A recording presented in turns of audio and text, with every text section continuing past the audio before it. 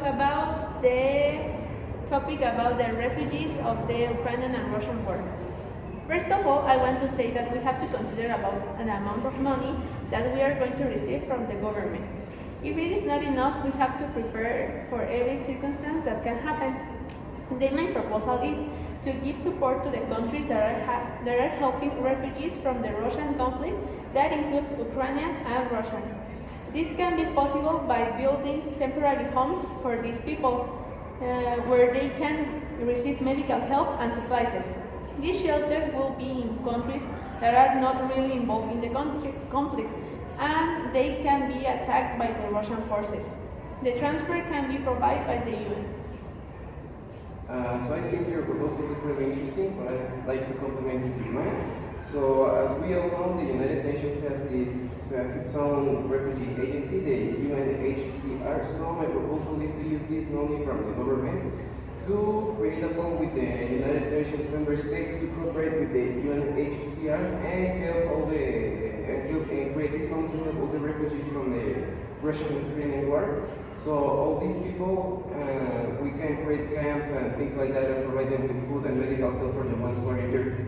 So yeah, I think it complements really good with yours, but I think yours needs like a little more elaboration. Yeah, I think with all this money we're receiving from the government, we can use it to cooperate with the funds and help all the United Nations member states to create this fund and create a nice solution with all the countries that are around the Russian and Ukrainian war, so we can create the refugees camps and the movement with all these people will be easier. So yeah. Okay.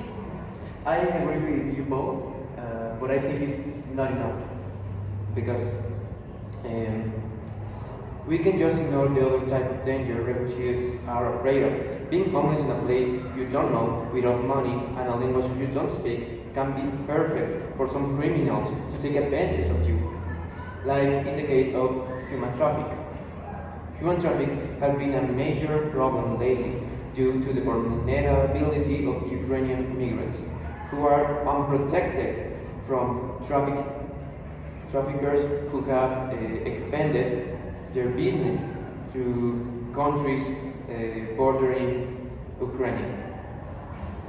It is very important that UNHCR sends not only food and supplies, but also protection to these people and their families, especially women and child from human trafficking. Yeah, I think that's a really good point. So I suggest to also involve the United Nations Blue Helmets so they can provide them protection between the movement from their natal cities where they're being attacked and their refugee camps, so they can have the feeling of they're safe. So yeah, the Blue Helmets could be a nice option to provide them security. So we can say that our ideas are kind of the same. So we can just like combine them to have a very strong proposal to solve this problem or try to help. So saying all the things again, what is the real proposal that we have? Okay, so I think our proposal is yours to, what was yours? To give like temporary homes, like shelters in countries that are not really involved with the conflict.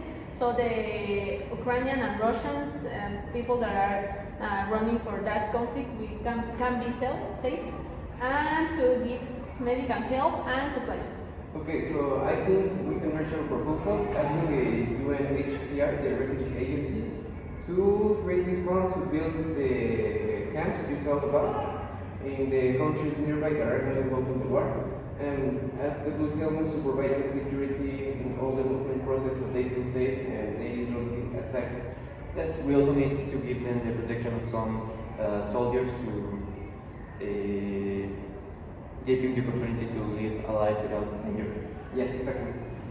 So I think that we have a really good proposal. So that's all for us.